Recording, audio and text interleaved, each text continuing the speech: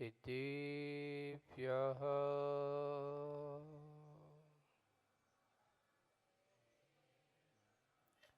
ॐ नमः सिद्धेभ्यः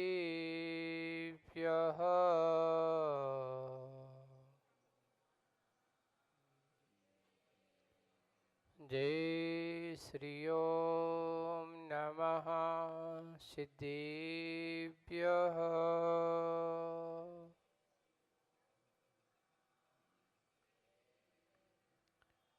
नमो अरिहन्ताणं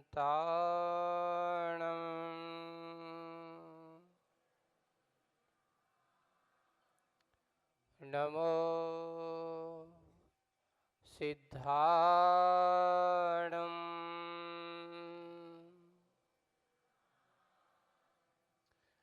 नमो आयर्याणं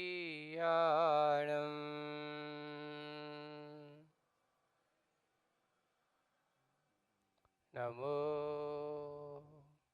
वज्रायाणं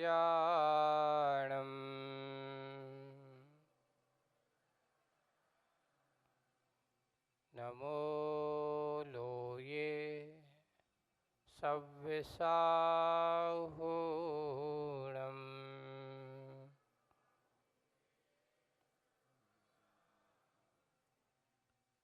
बोलिए पंच परमेष्ठी भगवंतों की शासन नायक भगवान महावीर स्वामी की मूल नायक देवादिदेव 1008 श्री पार्श्वनाथ भगवान की परम पूज्य आचार्य गुरुवर श्री विद्यासागर जी महाराज की आचार्य श्री समय सागर जी महाराज की 3 करोड़ मुनि राजों की जय हो। सिद्ध चक्र महामंडल विधान की जय। परम पूज्य प्रसन्न मूर्ति मुनि श्री अजित सागर जी महाराज की समस्त मुनि आचार्य संघ की।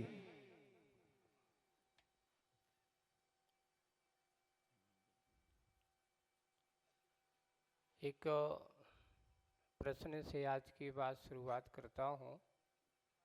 अगर आप खड़े खड़े होकर के अच्छे बैठ कर के सुनते तो मजा आ जा, है ना। वहाँ खड़े है ना, आप लोग खड़े हो जाते तो पैर हमारे दर्द होते देखिए हैं। आगे बहुत सारा स्थान है, आप सभी से निवेदन है आगे आकर के बैठ जाइए। आगे आ जाओ, आगे बहुत अच्छी जगह है।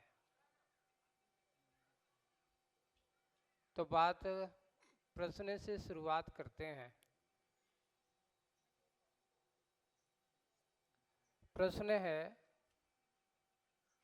पानी का रंग कैसा होता है? पानी का रंग कैसा होता है बताओ। हैं? अच्छा, एक सीधा सीधा उत्तर है, पानी का रंग पानी जैसा होता है। कैसा होता है? क्योंकि उसके रंग की कोई तुलना दूसरी चीज कोई उसके समान है ही नहीं। क्योंकि जो स्वभाव है, लेकिन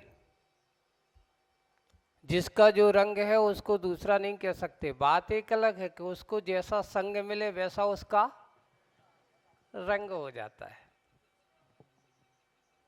संग के अनुसार जैसे पानी का रंग हो जाता है और संगति के अनुसार उस पानी की भी गुण की संगति भी हो जाती है। हमारे यहाँ नीतिकारों ने लिखा है कि बारिश में पानी की एक बूंद जाकर के अगर गन्ने के पेड़ पर गिरती है तो वो क्या बन जाती है? एक गन्ने के रस का रूप धारण कर लेती है, मीठा बन जाती है। वही पानी की बूंद अगर किसी नीम के वृक्ष पर गिरती है तो वो पानी का स्वरूप क्या हो जाता है? कड़वा हो जाता है। करेले के वृक्ष पर गिरती है तो भी कड़वी हो जाती है। आंवले की संगति में बैठती है तो कसायली हो जाती है। और मिर्च के पेड़ पर गिरती है तो चरपरी हो जाती, तीखी हो जाती है। देखिए पानी एक है, संगतियां अनेक हैं। लेकिन पूछा गया कि आखिर तेरा रूप तेरा गुण आखिर क्या है, ये बताओ। तो पानी कहता है मेरा कोई रंग है ही नहीं, मेरा कोई रंग नहीं, बेरंग है, मैं अपने स्वरूप में हूं। ये तो पानी की बात हो गई। अब बात में आपसे पूछा जाए, बताओ प्राणी का रंग कैसा है? प्राणी का अर्थ था आत्मा, है ना? अपनी आत्मा का रंग कैसा है? तो आप कहोगे महाराज ये जो दिख रहा है ये मेरा रंग है। अगर यही तुम्हारा रंग होता तो अगले भाव में तुम्हारा रंग कौन सा था? अंग्रेज रंग में तुम्हारा रूप क्या था? और आने वाले समय में, क्योंकि तुम यहाँ स्थायी टिकट लेकर के तो आए नहीं हो। अरे भाई आप यात्री हो, गाड़ी में रिजर्वेशन कराते हो, जब तक मंजिल में नहीं पहुंचते तब तक गाड़ी में बैठे माने जाते हो। जैसे ही रिजर्वेशन टिकट जहाँ का कराते हो और जैसे ही मंजिल आती है आप अपनी उस गाड़ी को वहीं छोड़ते हो और अगली यात्रा की ओर स्टेशन पर उतर जाते कि नहीं उतरते? बस इस भाव में तुम्हें मनुष्य भाव का रिजर्वेशन मिला। इस भाव में कौन सा रिजर्वेशन मिला है? मनुष्य भाव का। यात्रा चल रही है, गाड़ी चल रही है, बढ़ती जा रही है, पर इस यात्रा करने वाला वह जो यात्री है उस गाड़ी में मनुष्य भाव की ट्रेन में बैठा है। जैसे ही वो कहेगा कि मेरा समय पूरा हो गया इस गाड़ी पर बैठने का, वो कहता है चलो उतरो, गाड़ी यहीं पर छोड़ो, आगे बढ़ो। अब आगे क्या करेगा? तो वो क्या करता है, इस भाव में अगले भाव का रिजर्वेशन कराता है, क्योंकि बिना रिजर्वेशन के आगे की यात्रा 3 काल में संभव नहीं है, पक्का है। देखो आप लोग ये कहोगे हम तो महाराज बिना टिकट के भी चले जाते हैं ट्रेन में। कुछ लोग कहते हैं हम तो तत्काल टिकट लेते हैं तो चले जाते हैं, लेकिन यहाँ पर अगले भाव में जाने के पहले तुम्हें रिजर्वेशन कराना जरूरी है। लेकिन ये रिजर्वेशन कैसे होता है बताओ? रिजर्वेशन किससे होता? पैसों से। अगले भाव का रिजर्वेशन कैसे होता? पैसों से, संपत्ति से, घर मकानों को देने से, जमीन जायदाद देने से। पर हमारे आचार्य कहते नहीं,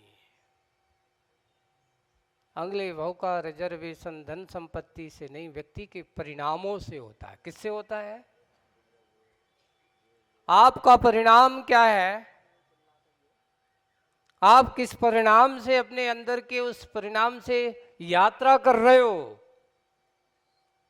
अगर हमारे परिणामों में संकलिष्टता है तो अगले भाव का रिजर्वेशन भी वैसे ही मिलने वाला है। हमारे परिणामों में अगर मायाचारी का पुट ज्यादा है तो अगले भाव में भी वही अगला रिजर्वेशन क्या होगा?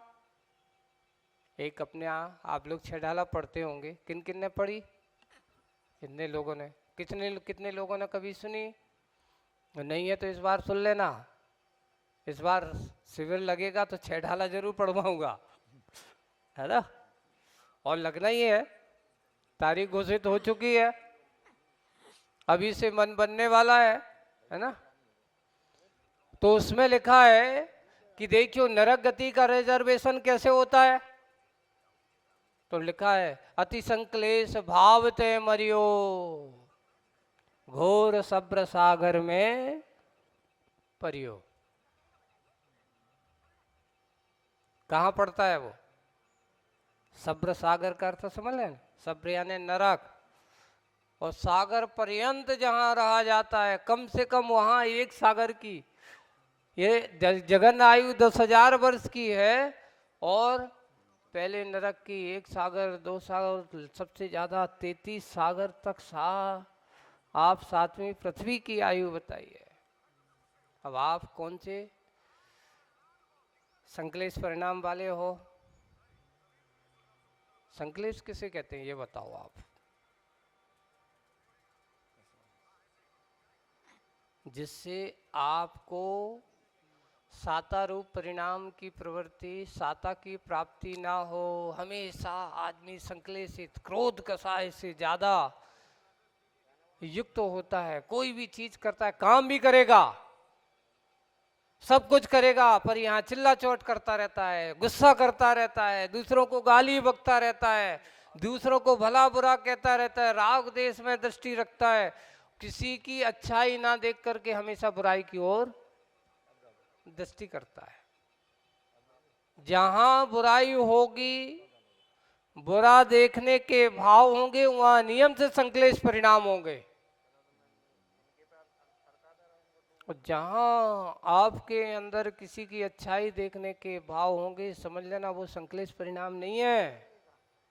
वहां कहा गुण ग्रहण का भाव रहे, पर दृष्टि न दोषो पर जावे। हे भगवान मेरी भावना ऐसी हो। ये बताओ हमारी यात्रा इस भाव में दोषों को देखने वाली यात्रा चल रही है कि गुण ग्रहण के भाव रहे पर दृष्टि न दोषों पर जावे, ऐसे भाव से यात्रा चल रही है। महाराज कहा तो जाए कि अच्छी यात्रा करना हो तो किसी की बुराई ना देखो, अच्छाई देख करके आनंद लो, तो अगले भाव की भी यात्रा अच्छी होगी। पर क्या करे, सामने वाले के देखते ही साथ मन में ऐसे भाव आता है कि इसको अच्छा क्यों हो रहा है, मेरे साथ अच्छा क्यों नहीं हो रहा है, उसे देख करके मेरे मन में द्वेष भावना आ जाती है। बंधु आ नहीं जाती, हम लाते हैं। हमारे अंदर ऐसे द्वेष भावनाओं का जन्म जब जब भी होता है तो संकलेश परिणाम नियम से होता है। सबसे पहले हमें करना क्या है, अपने भव की अगले भव की यात्रा करना है, इस प्राणी को सही यात्रा की ओर लेना है, अपने आप को सही रंग में रंगना है। तो उसमें रंगने वाला अगर कोई है तो वो है तुम्हारा अपने अंदर का परिणाम। अब आत्मा का रंग क्या है, तो बोले कि आत्मा को जैसा संग वैसा रंग, पानी को जैसी संगति वैसी उसकी परिणति। लेकिन कभी भी वह पानी जिस रंग में रहे, जिस रंग के साथ रहे, पर वो रंग कभी लेकर के नहीं जाता। बताओ, आप एक काम करना, एक पानी में लाल रंग घोर देना और एक बर्तन में रख देना, कटोरी में, है ना, और कटोरी में रख देना। कुछ दिन बिल्कुल अच्छे उसको आप धूप में कहीं पे बाहर रख देना। देखते देखते आप क्या हो गया, पानी तो उड़ जाएगा, पर रंग जो तुमने मिलाया था वो वहीं छोड़ करके चला जाएगा, और वो अपने साथ लेकर के नहीं गया। वो कहता है कि नहीं, क्योंकि ये मेरा स्वभाव नहीं है। वैसे ये बंधुओं, आज तुम्हारी होली का दिन है ना, और यहाँ आप लोग बैठे हो। अष्टानिका महापर्व, इस फागुन मास की अष्टानिका महापर्व कहा जाता है, साल का अंतिम महा अष्टानिका पर्व माना जाता है ये, क्योंकि अपने यहाँ शुरुआत नए साल, भारतीय संस्कृति की सभ्यता की शुरुआत कब से होती है? चैत सुदी एकम से, कि हमारी शुरुआत है। तो पहली अष्टानिका कौन सी होती? आषाढ़ माह की। दूसरी अष्टानिका कब होती? कार्तिक मास की। और तीसरी अष्टानिका कब होती? ये साल का समापन बड़े मंगल रूप में हो रहा है। अष्टानिका ये महापर्व, गर्मी की शुरुआत होने के बाद अभी शुरुआत बसंत उत्सव से चल रही है। ये बसंत ऋतु का काल आप लोगों के पास चल रहा है, और जैसे ही चैत पूरा होगा उसके बाद ग्रीष्म काल चालू होगा। बैसाख और जेठ ये ग्रीष्म काल माना जाता है। अब गर्मी आई नहीं है, अभी चिल्लाओ मत कि गर्मी आ गई है। अभी तो बसंत ऋतु चल रही है। बसंत ऋतु में ये हाल है तो फिर ग्रीष्म ऋतु में क्या हाल होगा। अभी बसंत ऋतु का समय है। अब आप सोचना, ये रंग आपके लिए, हमारे यहाँ आचार्य भगवान कहते हैं कि वे जीव होते हैं संसार के रंग में रंगने वाले बहुत से होंगे, पर जिनके लिए बाहर के रंग अच्छे नहीं लगते, जिनका स्वभाव अंतरंग के रंग में रंगना हुआ करता है, उनके लिए बाहर का रंग रास नहीं आता। आज हमें कौन सा रंग अच्छा लगता है बताओ। किसी को कहते हैं महाराज मुझे तो हरा रंग अच्छा लगता है, कोई आकर कहता है मुझे काला रंग अच्छा लगता है, कोई कहते हैं कि हमारे लिए केसरिया अच्छा लगता है, कोई आता है मुझे पिंक अच्छा लगता है, किसी को सफ़ेद अच्छा लगता है। और जब आपके मुनिराजों से पूछे आपको कौन सा रंग अच्छा लगता है, तो आपके मुनिराज कहते मुझे तो भक्ति का रंग अच्छा लगता है। एक सच्चे श्रावक से पूछा जाए, एक भक्त से पूछा जाए कि भाई तुझे कौन सा रंग अच्छा लगता है, तो वो कहता अष्टानी का पर्व में मुझे बाहर के रंगों में आनंद नहीं आता, मुझे तो भगवान के गुणों की आराधना करने में आनंद आता है। ये बताओ अंबिका नगर वालों, तुम्हें अष्टानी का पर्व में सिद्धि चक्र महामंडल विधान मिला है, सबको आनंद आया कि नहीं आया? किन किन को आनंद आया हाथ उठाना। बस इतने लोगों को आनंद आया, लेकिन मुझे आनंद नहीं आया। बोले कि क्यों नहीं आया? पूछना चाहिए ना, क्यों अजित भाई क्यों नहीं आया मुझे आनंद? अब बताओ, आप ही बताओ महाराज, हम क्या बताए हैं ना। मैं इसलिए नहीं कह रहा हूं, इसलिए कह रहा हूं, इसलिए आनंद नहीं आए कि जितनी महिलाओं ने भक्ति के रंग में रंग दिखाया है, काश उतने पुरुष भी दिखाते तो कितना मजा आता।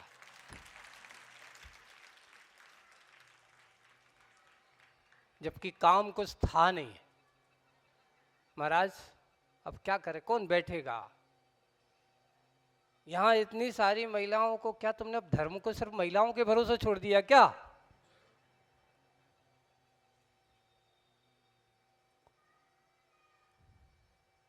काश यहाँ पर जितनी रंग में अगर हम सही देखते, तो अंतरंग में जब तक अपने भगवान की भक्ति का रंग नहीं चढ़ता, तो तब तक आपके उस आत्मा के रंग में आनंद की अनुभूति नहीं होती।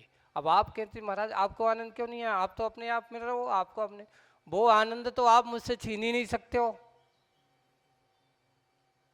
वो तो हमारा अपना है। लेकिन साधु चाहता है, साधु का स्वभाव क्या होता है, जब मैं अहमदाबाद आने की बात चली, और अहमदाबाद आने की बात तो हमने लोगों से यही कहा था कि भाई मुझे आना तो पक्का है, लेकिन जब आप आ रहे हो तो वहाँ आए तो कुछ ना कुछ तो होना चाहिए, वहाँ होना चाहिए, अगर हो जाए तो कर लो, मेरी तरफ से कोई मना नहीं है। और यहाँ पर भक्ति का अष्टानी का पर्व में सिद्धों की आराधना का महोत्सव हुआ। अब तो हो ही गया, वैसे 200 अर्घ और बाकी रह गए हैं, है ना। कल समापन हो जाएगा और फिर क्या हो जाएगा, वही काना पौना पड़ा हाथ तो चूसे तो रोबे, वही खुरपा और जाली, वही दुकान, वही घर, वही ऑफिस, वही कारखाना है। हाँ,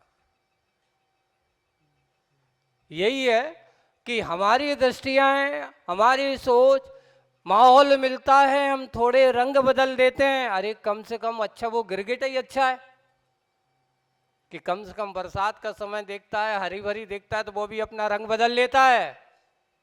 पर हमने देखा यहाँ के अभी पुरुषों ने तो रंग ही नहीं बदल पाए, गिरगिटे नहीं बन पाए। बताओ,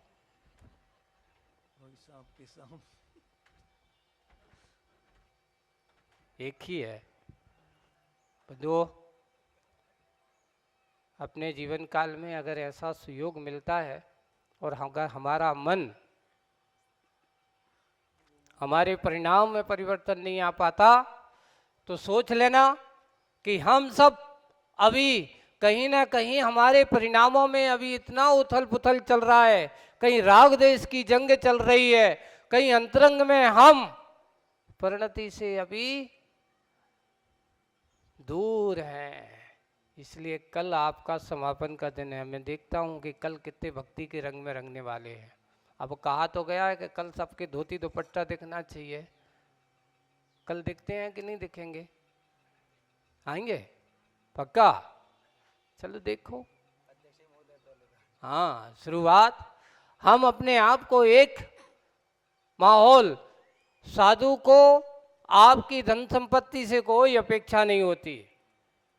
हमें एक बार आचार्य जी ने एक बहुत अच्छा क्वेश्चन किया, महाराज आप इतने हंसमुख क्यों रहते हो?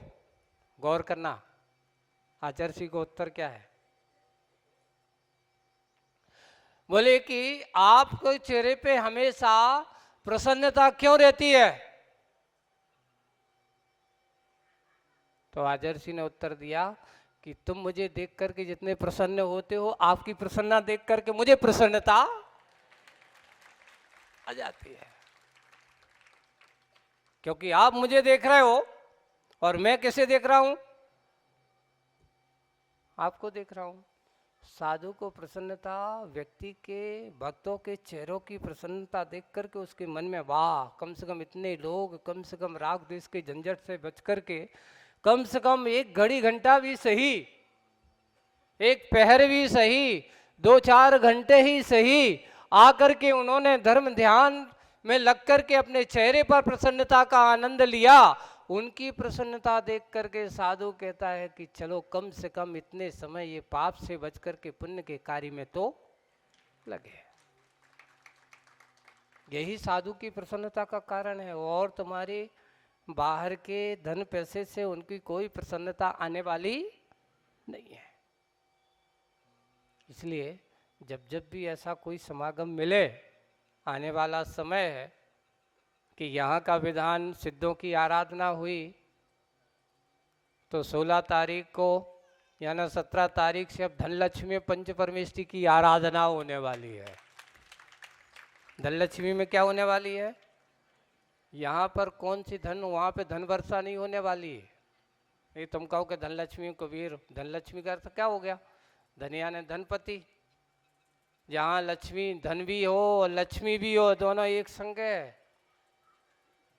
अरे भाई, तो ऐसे वहां पर वास्तविक रूप से गुणों की वर्षा, पंच परमेश्वरी की आराधना का, और इसके बाद फिर पूरे अहमदाबाद के विशेष विशेष नगर में तीर्थंकर भगवंतों की गुण आराधना का महोत्सव। ये पूरा का पूरा गर्मी के माहौल में पूरे महावीर जयंती तक आदिनाथ भगवान से लेकर के भगवान महावीर स्वामी के 2400 तीर्थंकर भगवंतों की आराधना होने वाली है। तीर्थंकर आराधना महोत्सव। कौन सी आराधना महोत्सव हो रहा है? तीर्थंकर भगवंतों की आराधना का महोत्सव का सहयोग भगवान महावीर स्वामी की महावीर जयंती के तक। आदिनाथ जयंती आएगी 23 तारीख को और महावीर जयंती आ रही है 10 अप्रैल को। इन पूरे के पूरे 18-20 दिन के भीतर पूरे तीर्थंकर भगवंतों की आराधना का भी सहयोग बनने वाला है। अब आप लोग कितने कितने भक्ति के रंग में सहयोग बनाने की कोशिश कर सकते हैं। बस सारभूत बात यही है कि संसार में राग के रंग में रंगना बहुत आसान है, लेकिन भगवान की भक्ति के रंग में रंगने वाला विरले ही जीव हुआ करते हैं। भगवान की भक्ति करने वाला, यहाँ पर हम बड़े अच्छे से भाव बनाते हैं कि देखिए वो सुयोग, वो अवसर, वो पावन प्रसंग जब जब भी हमें मिलते हैं ऐसे समय पर हम अपने आप को थोड़े से गिरगिट की स्वभाव बना लो। गिरगिट क्या कहता है? जैसा हरा भरा देखता है वो अपना शरीर भी वैसा बना लेता है। वैसे ही सही भक्त जो होता है, भक्ति का माहौल मिलता है तो वो भी अपना रंग बदल लेता है। हम भले गिरगिट नहीं बनना है, वो तो गिरगिट के स्वभाव को समझना है। गिरगिट मत बनना, चिंता मत करना, नहीं तो वो क्या है दूसरों को काटने का काम नहीं करना, छल कपट का काम नहीं करना। जब जब हम अपने अंदर के परिणाम में सरलता, ऋजुता लाते हैं, भक्ति का भाव स्वमेव होने लगता है। वही भाव हमें लाना है। भक्ति के इस माहौल में आज होली के इस प्रसंग पर लोग बाहर के रंग में रंगेंगे, पर बाहर के रंग में रंग करके आपके बहुत अपव्यय ही होगा। लेकिन जिनके जीवन में भक्ति का रंग चढ़ा होगा वे कभी अपव्यय नहीं, दुनिया के पाप से बचने का प्रयास करेंगे। हमें दुनिया के पाप में नहीं रहना, हमें दुनिया के पाप से बचने का प्रयास करना है, क्योंकि शांति बाहर के रंगों में नहीं है। बाहर तुम जितना देखोगे तो राग ही राग दिखाई देगा, द्वेष ही दिखाई देगा। लेकिन जिस दिन अपने आप के रंग में रंग जाओ, अंतरंग की गहराई में उतर जाओगे, उस दिन परम शांति का अनुभव होगा। आज ये सिद्धों की आराधना का अंतिम दिन, कल विश्व शांति महायज्ञ के साथ इसका समापन, भव्य जुलूस जो आपको निर्देश दिए गए हैं। हम मनुष्य हैं और मनुष्य ही प्राणी एक ऐसा है जो अनुशासन में रह सकता है, अनुशासित हो सकता है।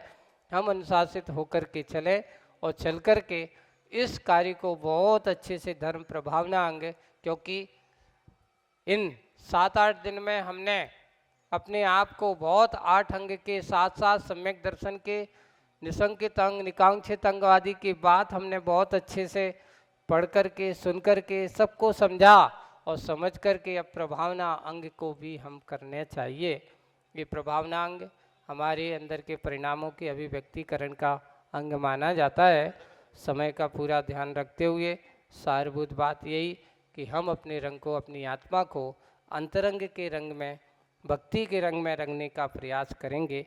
और जिन जिन के पास भक्ति का रंग होगा वो एक बार चढ़ गया तो फिर इसको उतारा जाता नहीं है।